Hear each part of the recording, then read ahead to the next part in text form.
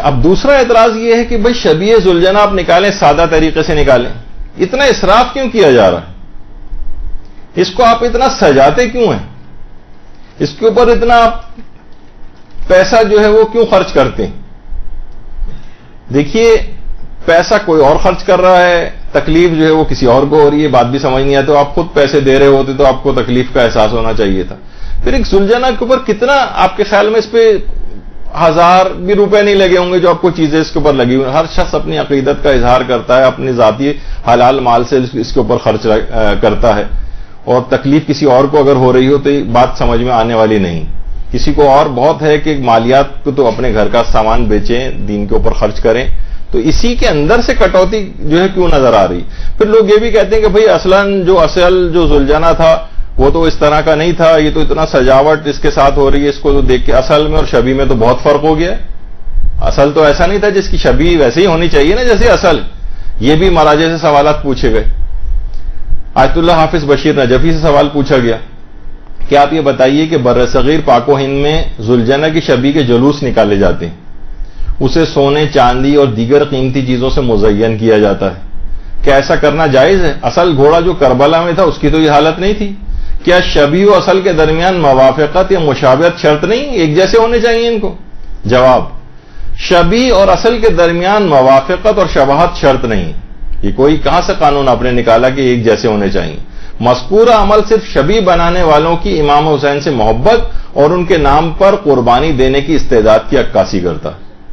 یعنی ان کی امام حسین سے محبت کا اظہار ہے، یہ نہیں کہ یہ بالکل ویسے ہی بنا رہے ہیں اس کو کہ جیسے کہ امام کا ہوا کرتا تھا۔ اصل میں اور شبیہ میں موافقت شرط نہیں، ملتی جلتی چیزیں ہونی چاہیے، لیکن ایک ایک چیز بالکل ویسی ہو یہ تو ضروری نہیں۔ جو غلاف کعبہ ہے، سب سے پہلے حضرت اسماعیل کی زوجہ نے درختوں کی چھال لے لے کے غلاف کعبہ بنایا تھا۔ درختوں کی چھال کا بنا ہوا تھا غلاف کعبہ، کپڑے کا نہیں تھا۔ اب آپ کہیں کہ ہمیں تو وہ پہلا والا غلاف کعبہ جو چھال سے بنایا گیا تھا بالکل ویسی اوریجنل ہم ویسے ہی بنا کے اس کے اوپر لگائیں گے، نہیں، وہ بالکل ایک اصل اور شبیہ کے اندر کوئی موافقت شرط نہیں ہوتی۔ تو یہ والا ایک اعتراض جو کہ بالکل ایک لحاظ سے ایک ویلڈ اعتراض نہیں ہے، لوگ اپنی مرضی سے اپنا حلال مال اس کے اوپر لگاتے ہیں۔ دیکھیے، ائمہ کے قبور کے اوپر کتنا زیادہ پیسہ جو ہے لوگ آج کل اس پر بھی اعتراض ہونے لگا ہے، تو ہندوؤں کی طرح سے چڑھاوے چڑھانے والی بات ہوگی۔ تو آج کل لوگ ہندوؤں کے اندر بہت پی ایچ ڈی کیا ہوا ہے لوگوں نے، ان کی رسومات، بھائی اپنی بھی آپ کی رسومات ہیں، اپنے بھی آپ کے طور طریقے ہیں۔ تو ائمہ کے قبور پر لوگ پیسے بھی لے جا کر ڈالتے ہیں۔ ہم دیکھتی ہیں زری کے اندر کتنے پیسے پڑے ہوئے ہوتے ہیں، حتیٰ کہ عورتیں اپنے زیورات تک زریوں کے اندر ڈالتی ہیں، اور اتنا زیادہ پیسہ وہاں پر اس لحاظ سے اکٹھا ہوتا ہے ائمہ کی زری پر کہ ایک زمانہ گزرا ہے کہ جب حکومت ایران اپنی ضرورتوں کے لیے جب جنگ وغیرہ ہو رہی تھی وہاں پر اس پہ مسلط کی گئی تھی، تو امام رضا علیہ الصلوۃ والسلام کے روضے سے قرض لیا جاتا تھا۔ اللہم صلی علی محمد۔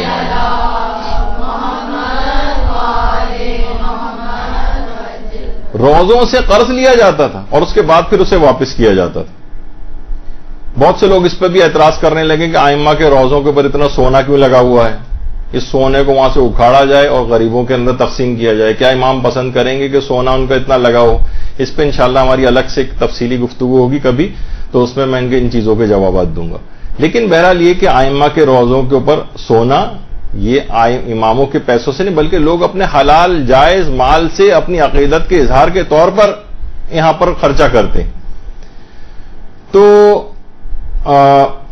اس کو قیمتی کپڑوں سے سجانا، تزئین کرنا، اس پر خود علماء اور مراجع کے کتنے فتاوے موجود ہیں۔ باقاعدہ آیت اللہ سعید الحکیم سے بھی بات پوچھی گئی کہ کیا تابوت شہدائے کربلا کو تیار کرنا، گہوار علی اصغر کو تیار کرنا اور اس کی آرائش کرنا، ذوالجناح سواری امام حسین کا آراستہ کرنا اور اس کی آرائش کرنا، حضرت قاسم ابن الحسن کی محمل کو آراستہ کرنا اور اس کی تزئین کرنا، علم حضرت ابو الفضل العباس کو آراستہ کرنا اور اس کی آرائش کرنا مراسم عزاداری میں جائز ہے؟ سوال جواب آیت اللہ سعید الحکیم: بذات خود ان کاموں میں کوئی حرج نہیں، کوئی حرج نہیں، بالکل یہ کام جائز ہیں۔ ان کو سجانا، ان کی تزئین کرنا، ان کی آرائش کرنا، یہ سب جائز ہے۔ ذوالجناح کو سجانا، یہ سب جائز ہے۔ اس کے بعد آیت اللہ حافظ بشیر نجفی سے بھی یہ سوال پوچھا گیا کہ آیا زلجنہ کو اس طرح زینت دینے سے غم و مصیبت سید الشہداء تازہ ہوتی؟ یہ تو ہمیں پھول اور یہ اس کے سے اوپر یہ سب چیزیں لگی ہوئی زلجنہ پہ نظر آنا ایک لحاظ سے، اس سے تو ہمیں غم بظاہر یہ لگ رہا ہوتا ہے لوگوں کو، یہ شاید تازہ نہیں ہو رہا معترضین کو جو لگتا ہے۔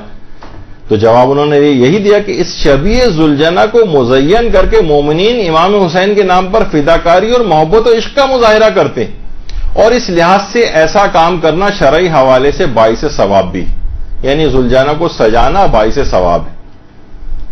تو یہ اور اس کا غم امام حسین، لوگ اس کو دیکھ کے خوشی کا ان کا احساس ہوتا ہے، یہ غم کے جذبات پیدا ہوتے ہیں، غم کے جذبات پیدا ہوتے ہیں۔ کون اس کو دیکھ کے خوش ہوتا ہے، ہنس رہا ہوتا ہے؟ نہیں، ایسا کچھ نہیں ہوتا ہے، یاد آتی ہے امام کی، اور یہ اپنے جذبات کا اظہار۔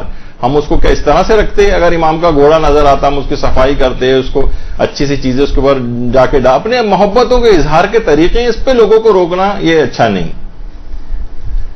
اسی طرح سے دو مراجع اور ہیں، آیت اللہ نوری حمدانی اور آیت اللہ شیخ جواد تبریزی، انہوں نے بھی یہ کہا کہ شبیہ زلجنہ پر چادریں چڑھانا اور اسے سجانا بالکل جائز ہے، حتیٰ کہ ان سے یہ کہا گیا کہ چادر اور یہ زیورات سے، بلکہ بہت سے افراد تو زیورات تک زلجنہ کے اوپر چڑھاتے ہیں۔ انہوں نے کہا کوئی حرج نہیں، اشکال نہ دارد۔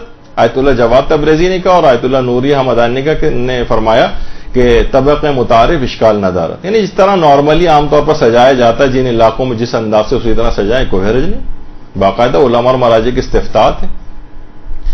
اور آیت اللہ سیستانی کے جو نمائندے جو باقاعدہ سوالوں کے جو ہیئت استفتاء کے اندر ہیں اور سوالوں کے جوابات، بلکہ اس کے ہیڈ ہیں آغا مرتضی مہری، تو ان سے باقاعدہ بہت سے لوگ بھی کہنے لگے ہیں بھائی یہ تو جائز نہیں ہے، حرام ہے۔ تو یہ سوال ان سے پوچھا گیا کہ کیا آیت اللہ سیستانی کے نزدیک مراسم عزاداری میں شہدائے کربلا کے تابوت، علی اصغر کا جھولا، حضرت قاسم کی محمل، زلجنہ امام حسین، علم حضرت عباس کو بنانا اور آراستہ کرنا، اسے سجانا حرام ہے؟ جواب ہے ان چیزوں کے حرام ہونے کی کوئی دلیل نہیں۔ یہ کس طرح سے لوگ کہہ رہے ہیں کہ بھئی یہ چیزیں حرام؟ کیا دلیل ہے آپ کے پاس؟ نہیں، ایسا کچھ نہیں۔